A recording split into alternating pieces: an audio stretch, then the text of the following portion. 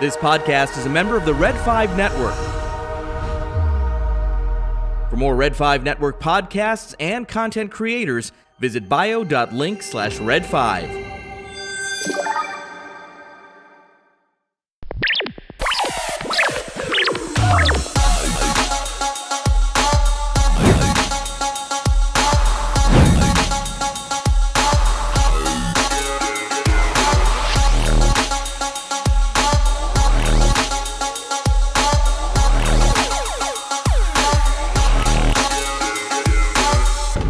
This station is now the ultimate power in the universe.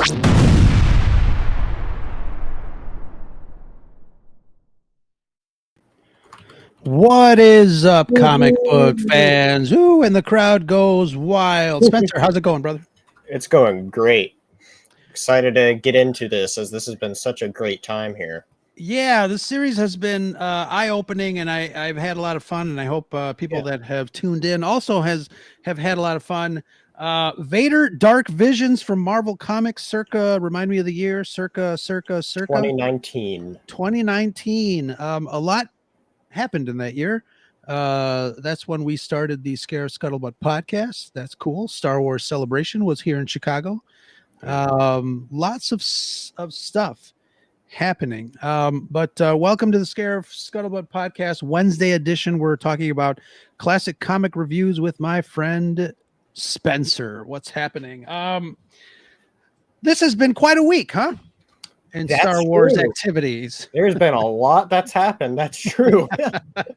But if you guys have tuned in to our classic comic review show series here on the YouTubes, thank you for coming back. This is Visions number 5, Dark Visions number 5, which is the final story, the final issue in the Dark Visions series. And it has been a wild ride, don't you think? That's true, at the very least, I think. Yes, at the very least. Nicole, how you doing? Good to see you. Backyard TARDIS, Nicholas Schaefer. Good to see you guys. So issue number 5.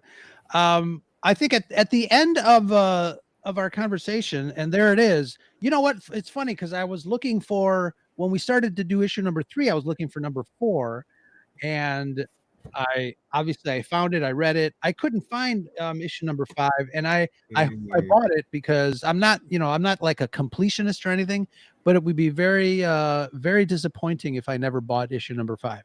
Yeah. See that? Especially if you end up having all the others. It's like you got to complete the set at that point. Exactly. One. Exactly. But let me put the cover up too, because it's I like the cover. Yeah, that is really cool. It's an interesting cover, and we were talking a little bit before we started going live here. Every cover of this series has had a little bit of it's kind of self-explanatory to a degree. You had Vader on horseback with his lightsaber and a shield. So, once you got into that story, you kind of knew, what was going on. You had the crazy nurse, the Harlequin romance type pose on the cover of that. And what's cool is this series came out with a couple of different variant covers. And I don't know, again, not being a completionist, I didn't want to buy 2 of these things, but the variant covers were pretty cool. I don't know if I've ever really looked at what all those were. Yeah, so the first one I really enjoyed. I think I bought the original one, and then I saw the second one, which was better, more realistic. The first one's got Darth Vader with a shield, and he's just sitting there on horseback, which begs a lot of questions, obviously. And the second variant cover, the first one, yeah. Hold on, let me put that up for a second, because that's a good. Hold on a second. Here we go. There you go. Yeah, so it's quite evocative, as they say. Yeah. It's quite an interesting image. You've got Vader on horseback with the shield and the lightsaber. I mean, not horseback, obviously, creature back, I guess, whatever you want to call it. But it's an interesting one, and the variant of that cover is a little bit more photorealistic, and it's a lot more dynamic. Hold up that page for a second. I was gonna say, isn't it this one right here? That is, yeah, that's the cover. That's the variant cover that they use. Yeah, that's a pretty sick cover. Yeah. I think I'd probably like that one a little more, to be honest, as well. Yeah. Pretty Yeah. nice. It's one of my favorite pages of actually this entire series. So Yeah. there you go. That's pretty cool. Yeah, I love it. So I was going to ask you, because we're talking about covers. I mean, this one, when I was looking through it, I couldn't remember what the story was. I think the other ones are a little more self-explanatory, at least lends itself to giving you a little bit of a hint of what's going on. But this one I totally forgot about, or I really didn't remember a lot of about what the story was about. Yeah, I was in the same boat where I remembered like part of what it's kind of about, but then the way it happens in the story is like this isn't what I thought it was. Yeah. So I don't know if I could exactly explain what I thought it was, but I thought it was like a little closer to like what you see in this cover, and maybe I was just, I don't know, trying to extend what I saw in the cover here. Yeah. That's too funny. All right, so let's get into Marvel's Vader Dark Visions issue number 5, the final issue of the series. What's cool, the last couple of issues didn't seem like Vader was that much involved in the story. Especially that last one. Yeah. But obviously you turn the page, the first page, Vader and some of his troops are on a mission.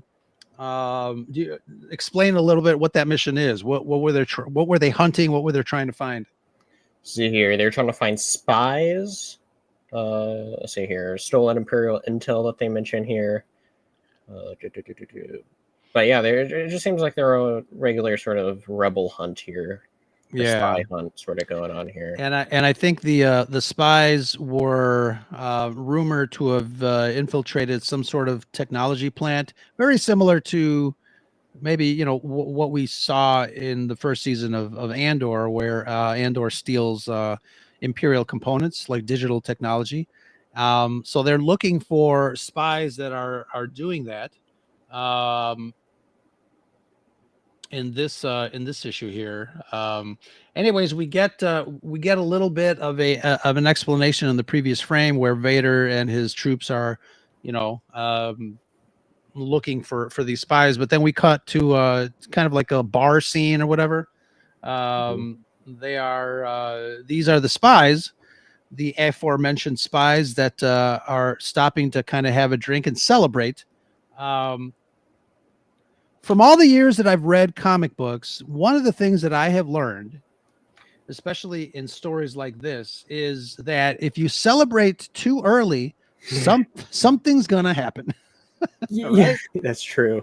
You know what's funny is they're like openly talking about here, and what's obviously a very public space. Right. Obviously, they don't give the exact year, but it's kind of funny because we have Andor going on right now, and the way they approach, say, scenarios like this is like completely different, being so much more secretive. And so I thought it was just kind of funny of that sort of parallel, I guess, of like, sure, they just talk about it so openly here, and yeah, and where they're like being so secret about it. And it's funny because we know that I guess from certain shows and stuff like that, when you get into kind of like an underworld get together, everybody kind of minds their own business. You go there to discuss business, and you try not to eavesdrop, that sort of thing. So that's right. Kind of interesting. But yeah, these two are the ones that have some stolen Imperial technology. They are asked to obviously relinquish their weapons in the bar. They're going to have a drink, so all their weapons are put away. They do have this backpack where this gentleman here, he kind of reminds me, and this was definitely before The Force Awakens, but he kind of reminds me of Finn. He's got the same kind of jacket, same haircut. Yeah. Definitely kind of looks that way. Yeah. But so he's he's inventorying the spoils of their captured technology here. But like I said, when you celebrate too early, something's bound to happen. That's such a great page too. Yeah. One of the things that this series, the entire series 1 through 5, it really has some very cool art. It's dynamic. I think the colors are great. The shots are really great to look at, and the angles, a lot of the angles are really extreme. And I think whoever drew this one was quite talented as far as Yeah. the framing and stuff like Let's see that. here. This artist is named Geraldo Borges. I probably completely butchered that name, but I'll help you out. It's Geraldo Oh my gosh. Borges. Rolando, what's up? Thanks for coming on by. Yeah, that's funny. You have to roll your R's at some point. Isn't that right? Isn't that right, Rolando? Never quite learned that. But obviously, Vader and his troops arrive, and these poor bastards, they've got no weapons because their weapons have been commandeered by the bar's management. So they are being slaughtered by the stormtroopers and Vader, who just barge right in. And yeah, I just noticed how weird that like stormtrooper helmet looks there. Like, look at that one on the far right in that main panel. Yeah, it's an interesting framing of it there. It is, and it's again, you know, Vader's helmet's a little odd as well, not normal angles and stuff like that. But you know, when it comes to comic books, I think that's one of the things that I accept without question. I think the interpretation of the particular artist, you know, some of them are better than others. Some of them, you know, they like to try new angles, new lines, new shapes to things. So I'm okay with that. I think I think it's pretty cool to be able to kind of experience you know, different art forms. And they're different incarnations of but you're right, the stormtroopers. I mean, it's funny, the stormtrooper way up on top looks like the pig from Angry Birds. Yes, you're right. I didn't even think about that. You're right. So obviously Vader and his troops are looking for the contraband, and this poor gentleman here says you know, the bartender took it to the back. I don't know where he is. We don't know what it is. And then, you know, you can hear in the background people are like, oh, take cover, we don't have our guns, we're gonna die. And Vader, the one thing that I really enjoy about this series is that Vader doesn't mess around. Yeah, I've noticed that, which is great. You know, he just gets down to business. Whatever storyline he's implicated in, he's just there to you know, take no prisoners. So this is definitely you know, one of those things. You know, Vader kills you know, this individual, and the bartender finally comes out because I guess he you know, he's got there's a gun taped underneath the bar there, the table, and he comes out. He feels a little brave, and he says, "You want to fight, Vader? Fine, I'll give you He didn't even finish a sentence, bro. No. And he gets chopped up. Slice. What a way to go out. Yeah. Didn't even have time to aim. Nothing. Vader just takes him down. You can see it from this angle as well. Which is, again, you know, it's pretty cool. I think they really handled the character of Darth Vader quite well. And here's another little example of the framing in the books. And I know in past episodes we've talked about how the pictures and the images are laid out. I like the 3 frames in the foreground there, and then that last frame, which is probably the more dynamic frame where he kills that individual in the bar. It is frameless. It is part of the page, which I like. I think that's pretty cool.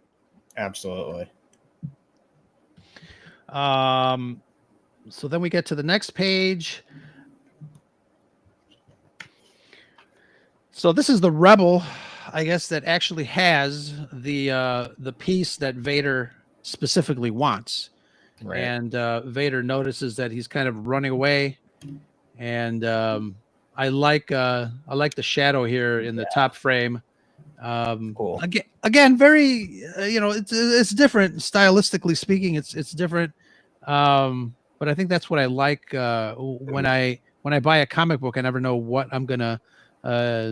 You know, I think back in the 90s when I was really heavy into comic books, you knew artists' names like Todd McFarlane or Jim Lee, and you knew the style that you were getting when you bought a Todd McFarlane comic book. Nowadays, I'm less familiar with the names of the artists, but it's always kind of cool to kind of look through and flip around and stuff like that. It What do you, particularly helps in a situation like this, though, when you're talking about an anthology series, and most of them have different artists, or I think all of them are different artists in this case. Yeah. And so it helps that you bring in new talent for a unique story every time. It helps differentiate the stories, from one another when you have completely different art styles across all these issues, which I'd say that's remained the case. Like, I don't think anyone is like another. Yeah. Yeah. And we in the past we've talked about, some of the favorite shots in some of the books that we've reviewed. I don't think there's one art style or one book in the series that I said, this is totally crap. I think they're all different and unique in their own way, which I think is exciting. I think when we decided to do this, I had no idea how much fun this was going to be to kind of revisit these stories. Yeah. And revisit the pages. I mean, examining layouts is kind of fun when it comes to the art here. Yeah. So this is where kind of it starts to get a little funky, because you've got the character who is running away with the stolen Imperial technology. Vader obviously is after him. They're in the back area, and I guess he runs out the back door. Vader's pretty, uses the Force obviously to kind of blow the back door open, and sees the guy trying to escape. They're they're out in the wilderness. I can't remember if they specifically said what planet they're on or whatever, but they're on this planet, and he's kind of in a wilderness area, like a forest, right? Yeah, they call it a jungle specifically. I don't think it has a specific name. They just refer to it as a jungle, and they call this of what's going on the flowering Anixanth poison thorns. Yes. And again, we see some word bubbles there, really thought bubbles. He's narrating to himself in his mind, and we can kind of get a glimpse of what he's thinking about. He's obviously he's fearful because this Darth Vader is after him, but now he's familiar with what these thorny plants are capable of, and he's heading right into it. Yeah. Just a side note, it looks like they're on a moon because they name drop it at the very beginning, called Locud 7. Okay. So one of the things that I thought was really cool is obviously you can see that this character's in high distress. He's talking about he's almost like narrating what's going to happen to him once I guess he ingests the poison or whatever, the toxin.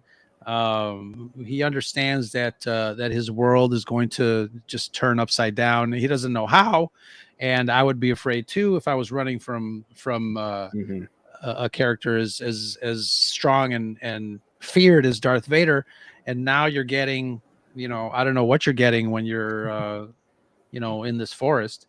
But this next frame really surprised me in a good way. I really love the way they drew, I guess, the fear, the psychosis, the visual impact of what supposedly he sees. Oh, yeah.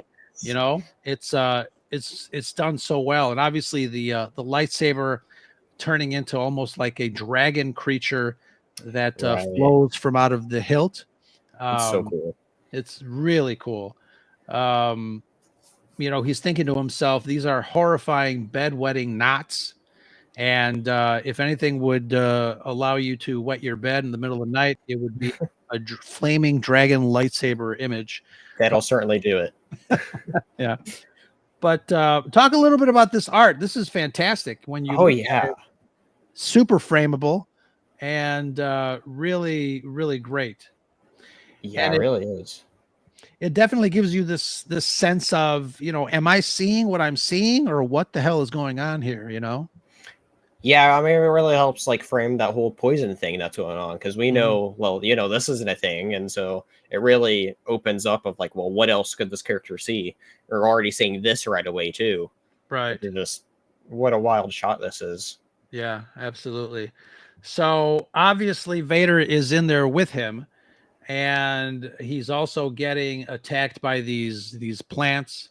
Um, Mhm. we see Vader, being wrapped up in the vines and stuff like that. You can tell that the character is saying in his mind the whole world's made of nightmares, but something's slowing him down. I'm still breathing, which he's kind of like counting his blessings because he knows he's not dead. Right. He's pretty sure, but he's telling himself, I'm still breathing, so that must mean that something is slowing him down. Can't trust my eyes. I can't freak out. Not real. None of it real. Hmm. This and I skipped a frame, but he gets to a cabin in the woods. His uncle's hunting lodge, and what's Yeah. really cool here, I didn't notice this the first time either. If you want to show Let's this see. really quick Here, let of me what get. that previous frame is, it's literally the same thing of him looking at that, and then there he is looking at the Vader's thing there, and so it's literally the same like art that looks like it's reused. Right. It's cool. So framing, all the different stuff that he's seeing and whatnot. Yeah, it's pretty cool. And then obviously he's seeing it through the eyes of the toxins, I guess. But the cabin obviously turns into kind of like a Vader skull head type of thing. And he's trying to convince himself this is not real. This is not real. I have to go inside. I know this is the cabin. I need to go inside to escape from Vader. Mhm. So obviously he goes inside, and the hallucinations don't stop. No.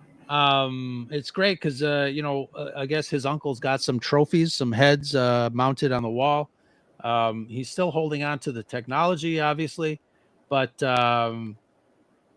again, really great art. You've got the trophy heads kind of snarling at him during this sequence. Yeah, that was awesome. And he's trying to convince himself like, yeah, this is not real. I'm safe. They're all dead. This isn't happening. I can't imagine what he's going through. Right. Truly terrifying. Especially with him not being the hunter. He's probably very scared of these creatures to begin with. Yeah, exactly. And even more fright material to ship your pants here. You're right. He starts to see that the creatures are jumping off of the wall and then going after him Mhm. in his nightmare. So obviously he takes out his blasters and starts shooting because that's what he sees. He sees these creatures just running towards him, and he's gotta defend himself. Yeah. I find it cool though of how this leads into the next moment. Yeah. And again, I think the framing of the shots here, Oh yeah. this is great looking down the staircase. And you can see the perspective of these creatures just running towards him.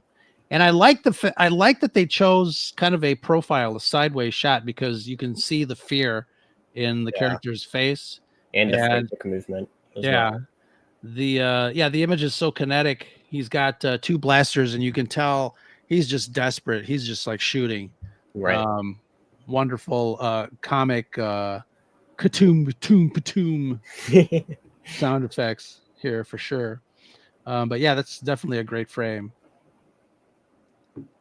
So then we get to the next thing, and if I skipped something, just let me know. No, yeah, absolutely.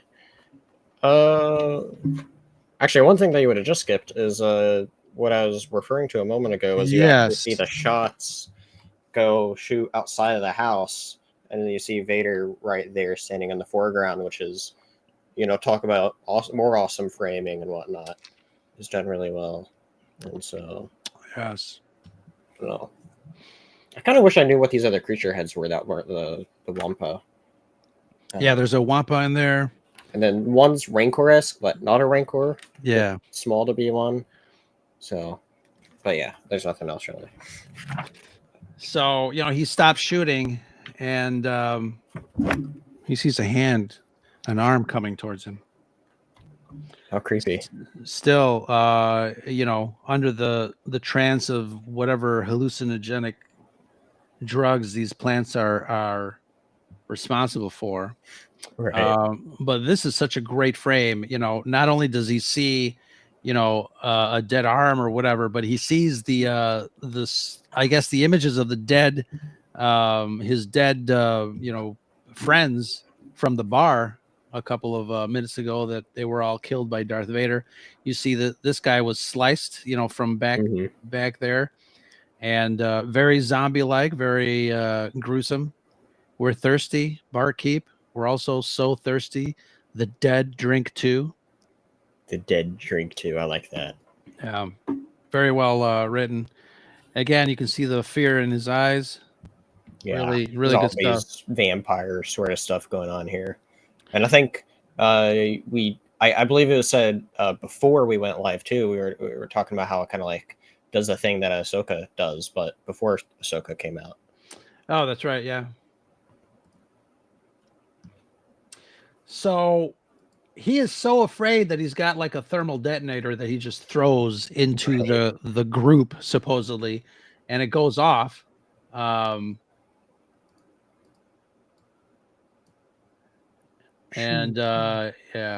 he says, is it over? That did it. Not even a nightmare can survive.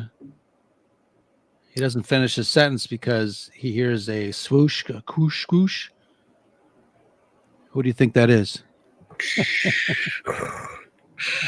Oh my god, I love that. Okay, this might be my favorite shot of the entire issue at the very least. Yeah, and obviously this is kind of a reinterpretation of what the cover is, because you've got a scary ass Darth Vader image, as kind of very demon-esque. I think it's like, or even cooler. What I thought of it is that it looks like the Predator. How its mouth opens up like that, and it's so funny too. Of like, we're reading this of all days too, and they also just dropped a trailer for the new Predator movie as well. Yeah, that's true. So his this image is saying, "Give it to me," and obviously Vader is trying to get that technology back from this thief. And again, he is so afraid that he takes whatever Vader's asking for and just tosses it at him, and says, "Here, take it." Vader picks it up, examines it, and obviously takes it from him. He walks out. Obviously, he's not a creature with a double-jawed, teethy grin mouth.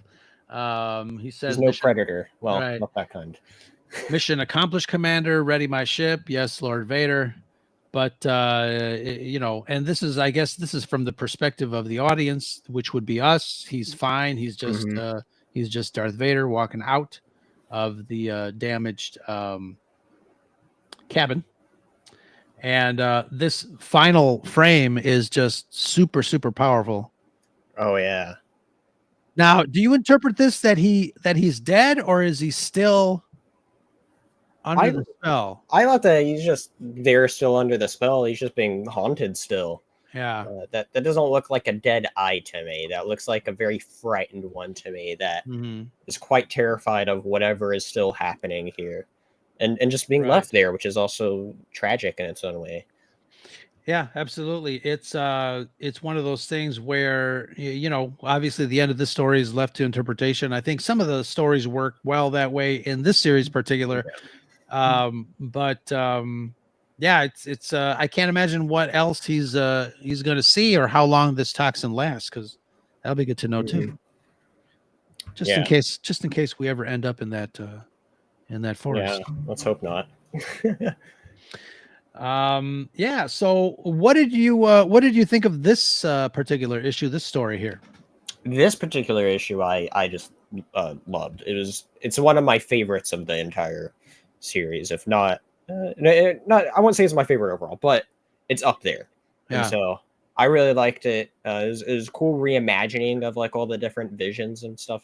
You know, like what we were just saying about the Predator. Of like you just open that page up, which is a double spread there, and it's just awesome seeing that when you just turn the page there, and that's what you see. You're greeted with a Predator Vader, which it's such a cool reimagining of the character there, and you know, kind of meta a bit too, that like the Predator character very much is like what Vader is here as well. So it's just cool to see that.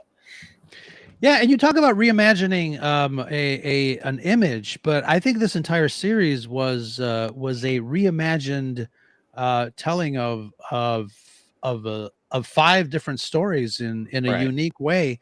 What did you think of the entire series altogether? What are your kind of like recap thoughts?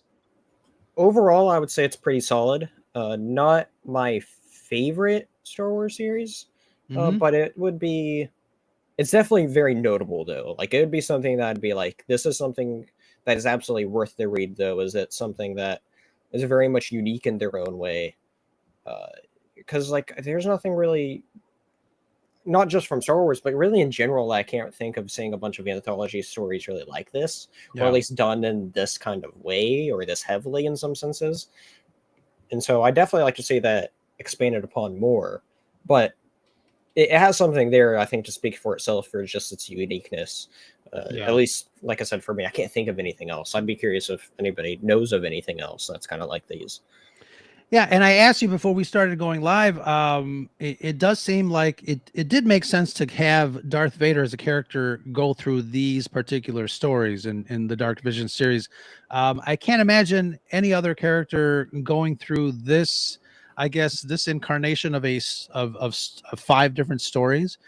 We mentioned the fact, obviously, that they were a little off the beaten path as far as how you relate to Darth Vader as a character, because it's not us as the audience relating to Darth Vader as a character. It's another character within the story that is experiencing what Vader is, who Vader is, not from the perspective of what we already know as fans, which I think is interesting. I think it gives us another angle to view this character that everybody's already familiar with. Yeah, absolutely. And that's ultimately why I really liked it, is because you got to see it's just unique stories, I think, at the end of the day. Especially compared to a lot of the stuff you kind of get from Marvel, where you can get very caught up in like the same, you know, superhero sort of stuff over and over. And so I think it's a nice fresh oh my God, breath of fresh air. There we go. So I asked you before we went live, what other character do you think might benefit from this type of storytelling? I mentioned obviously that you've got the Joker behind you, and obviously a character like the Joker would definitely benefit from kind of a Dark Visions retelling of some sort of story. But anything and we'll ask the chat too if anybody has any thoughts.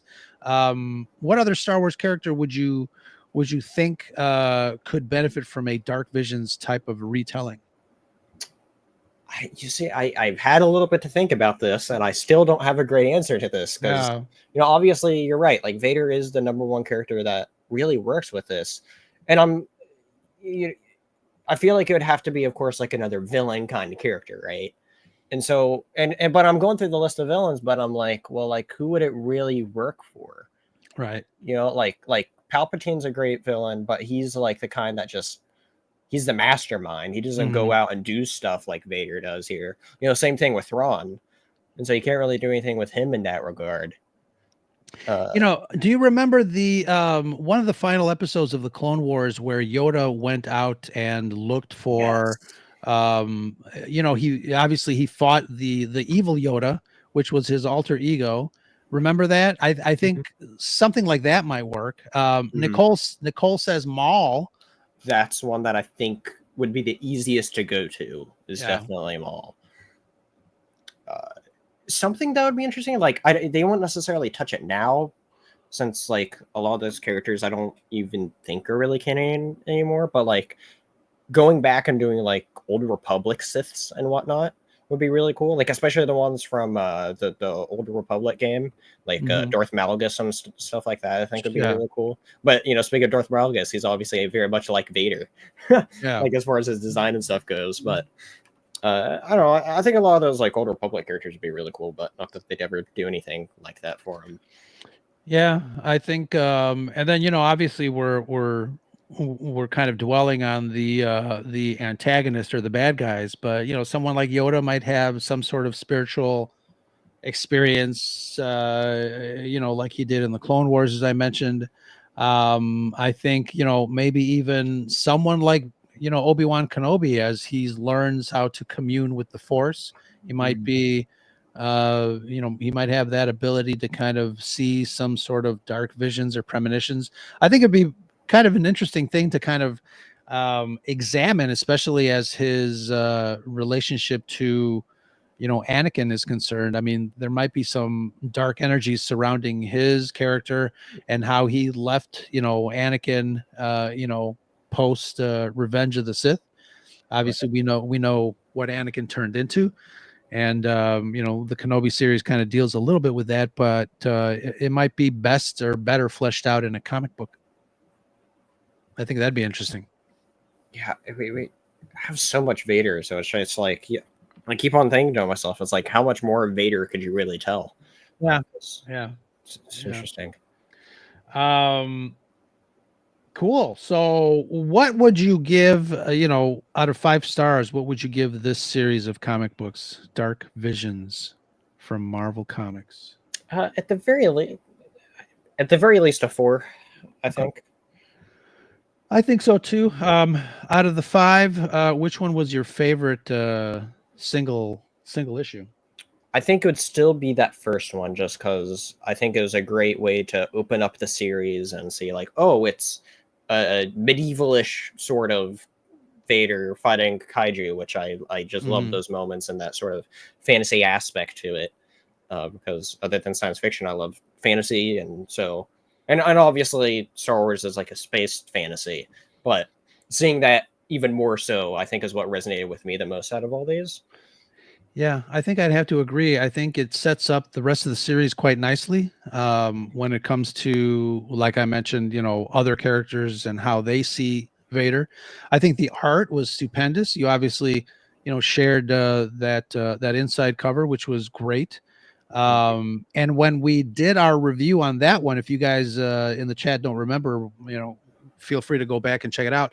But you know, some of those images, some of those spreads were just magical. They were expansive. They overflowed the regular page, and they were really, really, really great.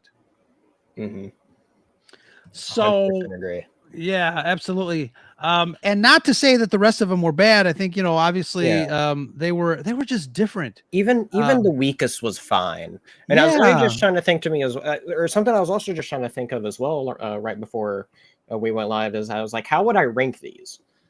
And I know easily what my top 3 would be, but my last 2 are close, and it's kind of hard for me to put in position. Right. For me, it would be issues 4 and 5, or 3 and 4.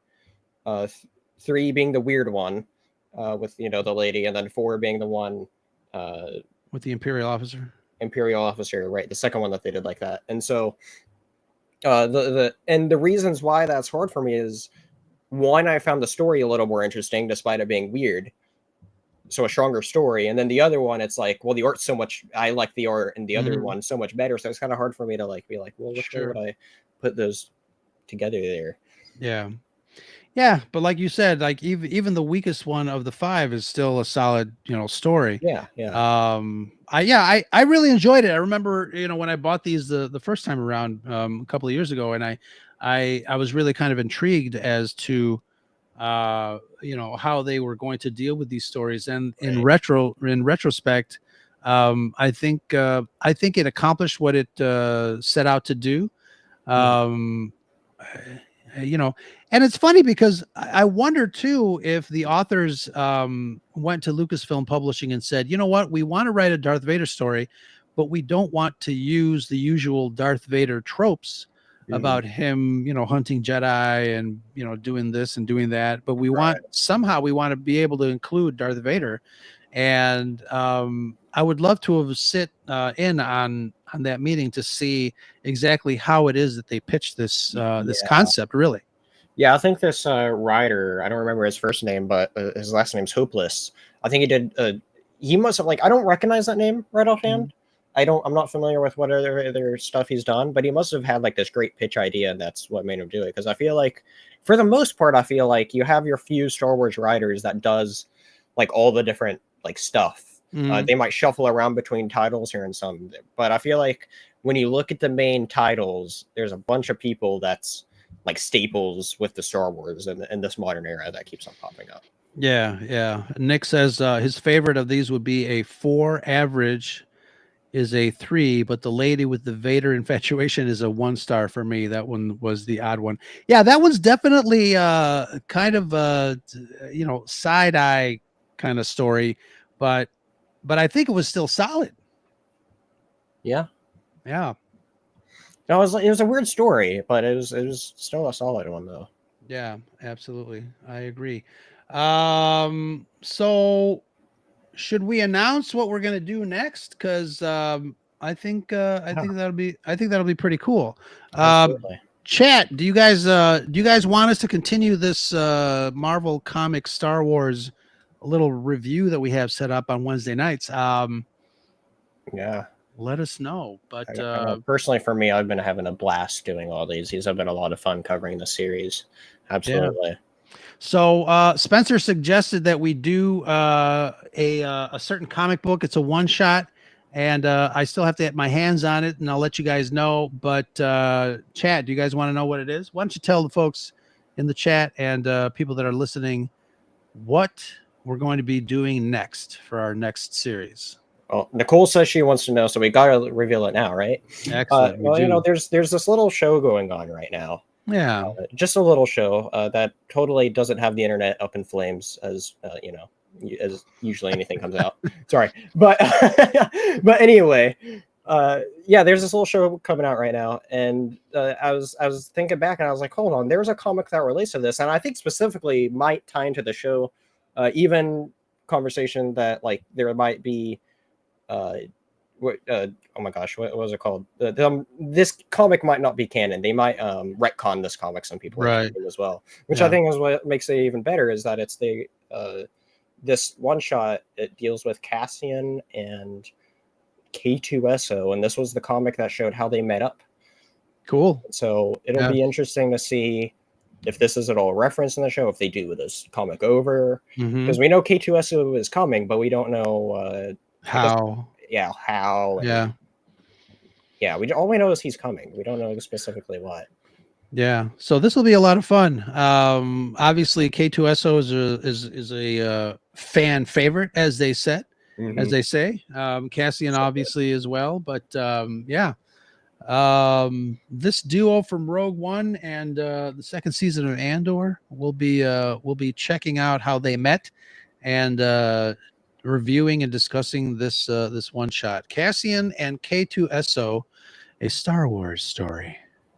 Yeah, excellent. So that'll be a lot of fun, and I think we're gonna have to wait 2 weeks to get into this one. I have to go out and find it first, but then Brad and I are starting our Andor review on Saturday. There we go. So give us about 2 weeks, and then not next Wednesday and the following Wednesday we'll set that up, and we'll see if next week we get the actual Cassian and K2SO arc, or if we're gonna wait. So it depends on who gets there first, us or them. Probably them. Excellent. Good stuff. All right. Any final thoughts on this series or comic books in general? I think we had a lot of fun with this series, and tonight I'm definitely going to look for my issue number 3 or my 5, just to make sure that I have it. Yeah, this has been an awesome little series. Read more comic books. There's lots of awesome surprises in comic books. Something that actually happened throughout the series that I don't think I mentioned at all was a thing here. That quick little diversion I'd like to mention that was on these. was they did a special little section during this year, and across all Marvel published titles, where they put back out Stan's soapbox Oh, that's right. in celebration of Stan Lee. And so they did this for at least a year. I don't even know how long they continued to putting out these soapboxes, but I just wanted to mention that is like that's one of I don't think that would be included in like the digital versions. It's just one of those special physical editions when you go out and buy these. And so be sure to go read more comics. May 3rd is free comic book day. Yeah, so I was going to ask you. Yes, I'm for sure going to be going there. Always the day I spend too much money. One of the days, I guess. Excellent. And I was able to pick up a couple of books, one for Brad, and I'm going to start reading Reign of the Empire this weekend. And obviously there's some story elements here. You can see Mon Mothma in the center of the picture there. And this is supposed to be a trilogy. Reign of the Empire, The Mask of Fear is the first part by Alexander Freed. And Brad and I think Brad might have already started reading it. I'm going to read it this weekend, but awesome. It's actually got a really cool poster. I didn't realize until I was talking to Brad about it. Here, let me see here. Oh, nice. I like that. That's two-sided. The other side is... Oh, cool. So if I ever meet Genevieve O'Reilly at a Comic-Con, I'm definitely going to have her sign this. That's awesome. That's nice. Cool beans. Excellent. All right. Awesome. Where did Spencer go? There you are. Haha. And yes, thank you for reminding me, Nicole. Reign of the Empire, Red 5 Reading Book Club in May.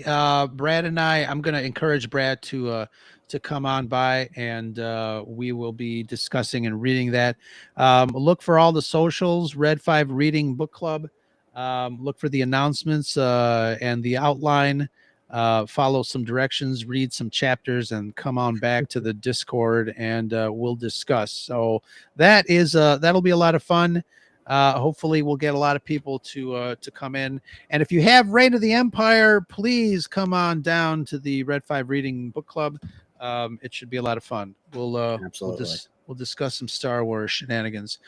Excellent. Spencer, where can people go to find you and say hello there?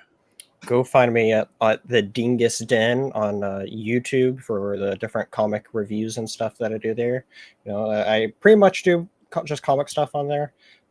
Be sure to check out the Comic Den on Sunday at 1 p.m. Eastern, where we're going to be talking about Thunderbolts.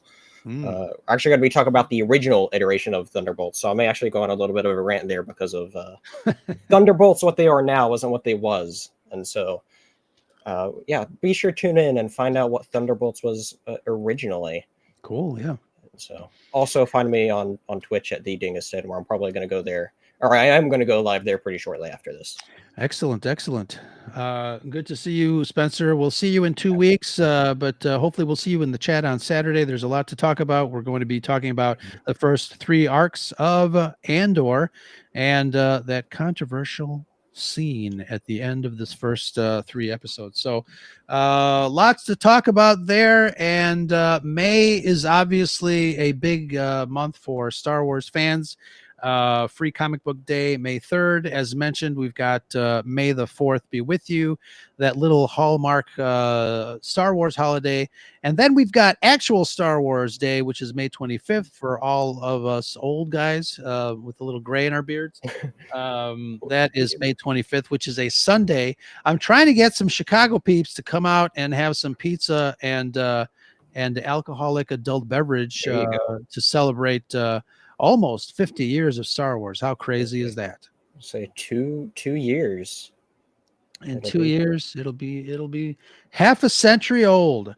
For the chat, I've got some homework for you guys. If you guys want to be part of a discussion, please head on over to the hotline, the Scarif Scuttlebutt hotline. I posed a question a couple of days ago. What does Star Wars need to do to survive the next 50 years? I would love to hear your thoughts. on what you guys think. How can Star Wars survive? So give us a call and leave us a voicemail over at the Scarif Scuttlebutt hotline, which is 773-234-8659. Put that on your favorites, man. Give us a call and leave us a voicemail. But if you don't want a long distance call, if you're not calling locally, then record a voice note and then send it over to scarifscuttlebutt@gmail.com. Until next time, remember, we're going to be doing Cassian and K2SO in about 2 weeks. And that is Spencer. I am Ro. Remember, it's always sunny on Scarif. And that is the Scuttlebutt. Chat, thank you guys for joining us. See you next time.